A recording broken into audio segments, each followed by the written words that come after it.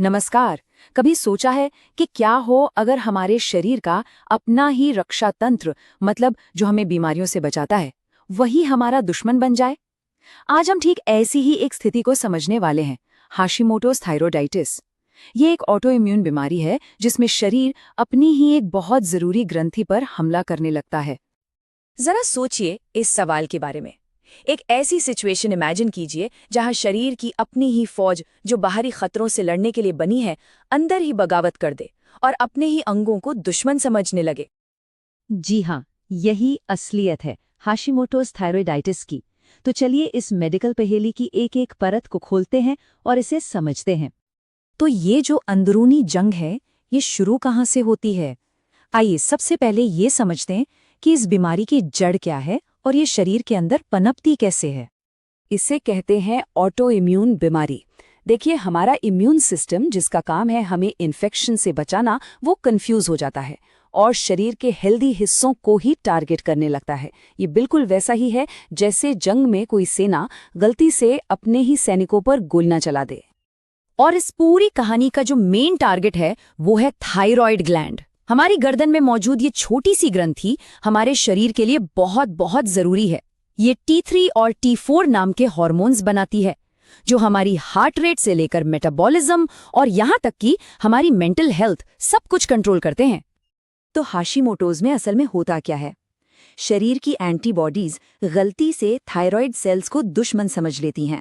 फिर वो उन पर हमला करती हैं, जिससे ग्लैंड में लगातार सूजन बनी रहती है और वक्त के साथ हार्मोन्स बनाने की उसकी ताकत भी कम हो जाती है।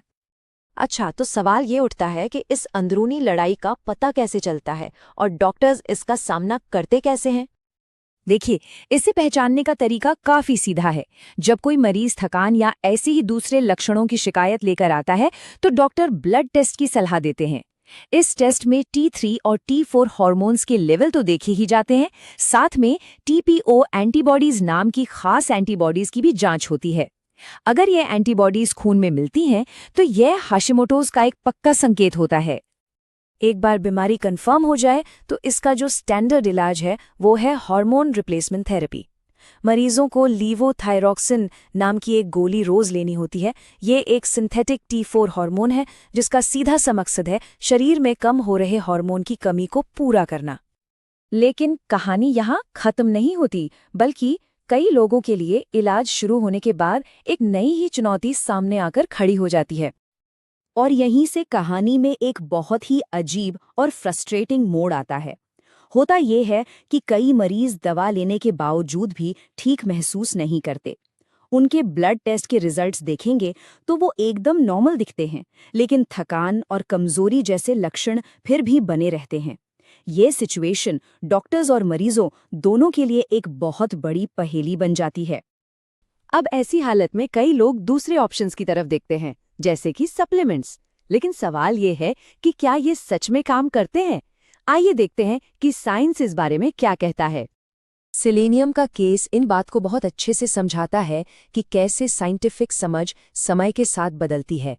पहले यह माना जाता था कि सेलेनियम सूजन कम करने में मदद कर सकता है, लेकिन बाद की स्टडीज में ये बात साबित नहीं हो पाई। इसलिए अब एक्सपर्ट्स आमतौर पर इसे लेने की सलाह नहीं देते। आयोडीन को लेकर भी कुछ ऐसी ही बहस चली है। कुछ शुरुआती स्टडीज से ऐसा लगा कि ज्यादा आयोडीन शायद नुकसान कर सकता है, पर यह कनेक्शन हर जगह कंफर्म नहीं हुआ। तो आज की सलाह एकदम सीधी है। खाने में नमक से जो आयोडीन मिलता है वो ठीक है, लेकिन अलग से इसके सप्लीमेंट्स लेने से बचना चाहिए। तो अगर दवा पूरी तरह से काम नहीं कर रही और सप्लीमेंट्स पर भी सवालिया निशान है, तो फिर क्या कोई और रास्ता है? हाल की रिसर्च एक नए और कुछ हद तक क्रांतिकारी समाधान की तरफ इशारा कर रही है। नॉर्वे में एक स्टडी हुई और उसका नतीजा काफी चौंकाने वाला था। उसमें यह पाया गया कि जिन मरीजों ने सर्जरी से अपना थायराइड ग्लैंड ही निकलवा दिया, उन्होंने थकान और कमजोरी के मामले में दवा लेने वाले मरीजों से कहीं बेहतर महसूस किया। इसके पीछे का लॉजिक बहुत सीधा और पावरफुल है। सोचिए, अगर शरीर की सेना किसी किले पर लगातार हमला कर रही है तो क्यों ना उस किले को ही हटा दिया जाए। थायराइड ग्रंथि को हटाने से इम्यून सिस्टम का जो टारगेट है वही खत्म हो जाता है और ऑटो इम्यून हमला अपने आप रुक जाता है। लेकिन ये समझना बहुत ज़रूरी है कि सर्जरी अभी कोई स्टैंडर्ड इलाज नहीं है। इसे सिर्फ उन बहुत ही सीरियस मामलों में एक ऑप्शन के तौर पर देखा जाता है जहां दवाएं बिल्कुल भी काम नहीं कर रहे हों। तो ये अभी एक एक्सेप्शन है, कोई रूल नहीं। और ये हमें एक बहुत बड़े सवाल पर लाकर छोड़ देता है। क्या भविष्य में ऑटो इम्यून बीमारियों का इलाज इसी तरह किया जाएगा? मतलब सिर्फ लक्षणों को दबाने के बजाय समस्या की जड़ को ही शरीर से हटाकर? ये एक ऐसा सवाल है जो आने वाले समय में मेडिकल वर्ल्ड के लिए बहुत मायने रखेगा।